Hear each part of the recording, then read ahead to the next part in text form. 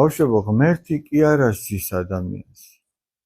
ღმერთი ასწავლის ადამიანს როგორ იცხოვროს სწორად, რომ ის იყოს კარგად. აი მაგალითისთვის ვიტყვი ახლა ერთ რაღაცას. მე მიყვარდა ხოლმე ასეთი რაღაც. აი სკოლის პერიოდში ვამბობ რა.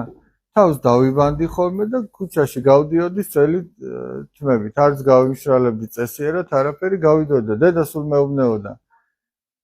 გაიშერი თმები, ეგრე არ გახვიდე და ერთხელაც მოხდა ისე რომ რაღაც ინგლისურ სკოლაში დავდიოდი, ესე თავდაბანელი წავედი და ვატყობ რომ ვეღარ ვლაპარაკობ. აი მინდა რომ სიტყვები წარმოვთქვა და ენა და პირი არ მემორჩილებ. მე ხო არ ვიცი რა ხდება, პატარა ბავშვი ვარ გამოუცდელი.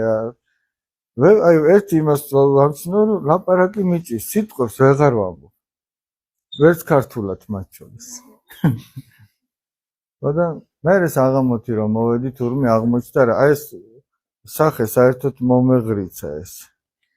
ნახევარი მხარე საერთოდ გამეთისა, სამწერა ნერვის ანთება ქვია თუ პარეზი ქვია, რაღაც ეგეთი.